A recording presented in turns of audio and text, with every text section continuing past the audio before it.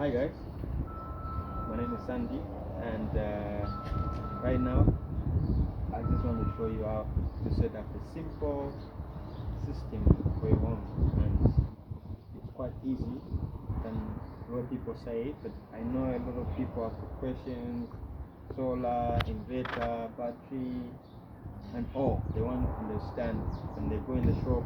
People don't give them the full details of what these things are able to do. And I've been using solar for quite some time. This system I'm testing it for the first time. It's a new system. That's why I want to use it for the video to help those of you that want to set up a simple solar system. So right now, the reason for this is I want to help some people out there, because right now in Zambia we are having power problem, and it's affecting quite a lot of number of people and businesses and homes and all that stuff. This is due to global warming, which is real, and it's affecting us so badly. The rain season was poor, and we had low water levels. So right now, the best way for you to have a backup house energy for your home, for your TV, and not to miss those beautiful shows that you love watching on TV. I just want to show you how you can easily set up this. You just go in a store, you buy an inverter and a solar panel. So I'll start with the panels. Right now, I have two panels here. These are German panels, very good panels, and they are rated 100 watts each. And the voltage output is 18 watts. But on the good sunlight, you have about 21 watts, which is quite good. And right now, I have only three that I've been using for 7 years. These panels are good, and they've never disappointed me. And right now on my other side here, I have this gadget. This gadget here, it's called an inverter, and an inverter converts the DC energy to AC. In simple words, you want to power your TV, and you want to use a battery, but the battery only gives out 12 volts. But then your appliances in the house will request for more energy, which is about 220 to 40 volts. So what you do, you buy an inverter, and an inverter helps you to convert that DC energy to AC current, which is 240 volts. So my inverter right now is I'm using this one for the first time. This one has got an inbuilt charging system for your battery. So all you do is you get your solar energy, and then feed it here. If you see these terminals here I have, they are for the solar, and then these ones here are connected already. They go into the battery, and the last ones here go into your house adapter or your fridge or anything that you want to power with this. This is a 3.2 kilowatts inverter. It's able to power quite a number of stuff based on the ratings and the things that you will buy. So you can use right now my inverter is a 24 volts, meaning it can only work with 24 volts power battery system. So if you have one 12-volt battery, because those are the ones that you find commonly in shops, so you need to buy another one. You have two, then you put them in series, and then they'll give you 24 volts. Then you connect to your inverter. My inverter, at least minimum, you need at least 100 amps for that battery that you want to plug to, which is 24 volts, for you to be able to use this as a big hybrid inverter. You can power quite a number of stuff. And then going back to my panels, I've got this multimeter. It's just a simple multimeter that helps me know the voltage that's coming from my panels before I connect. Basically for me, I just have to test each part that is working perfectly. So my panels, they're just for charging system. They're just a charging system. And this is a setup that I have done at home. You can do at your home in any format that you like. So right now the sun keeps moving, so I'm able to do a little bit of some tilting in this. I think it's reached at the end, so that at least I can utilize the sun in all directions. That's the way I've set this one up. So if you come closer, you will see that behind the system here, I've got two cables. These ones here. There's a negative terminal and there's a positive terminal. And you see my panels, they are connected in series. So my positive goes into negative for the first one and the second. And the third, it does the same from positive into negative. So that I'm able to convert the energy from each panel. This one 18, 18, 18. At least I'll have something on a good sunlight around 60 volts. So let me just show you just a basic testing of how much energy is the panel giving out.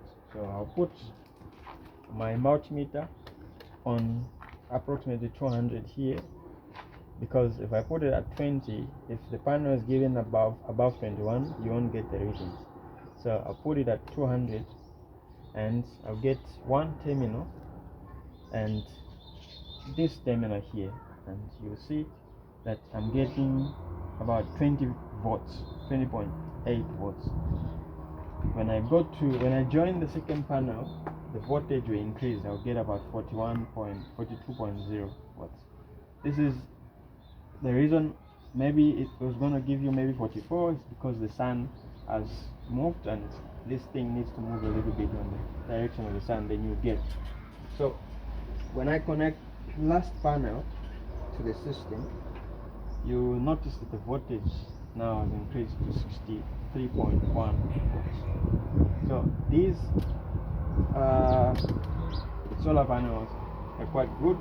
You can find them in the end of the stores, but just make sure that you get at least, because these panels are German made, and the quality is good, and I always get the best out of these panels. So let me just get my gadget here. So you see, this is the inverter, and for you to charge your batteries, right now we have no batteries here. I'll show you in the next video when I record. So once we have batteries, we'll connect them to this terminal in the middle, and here you see it's written DC. So you have the negative and the negative and the positive and the positive and negative and negative. Then here you have solar terminals. This is where you input your solar. You don't need the charge controller because this has got an inbuilt charge controller. Then on the last here, you have your AC output. So once the conversion happens, this is where you plug your fridge and all the stuff. And here I have my F. So let me just show you something. So I'll get the positive from my panel, which are in series. I'll combine them together and put on the positive terminal coming from the inverter. And also we get the negative, we connect it to the negative one. Sorry, the cable is too short, but I'll try and lift it up and then I'll connect it. So there's a sound there, means that the inverter is working and that the sun is giving the energy. So it's just resetting and that error will go.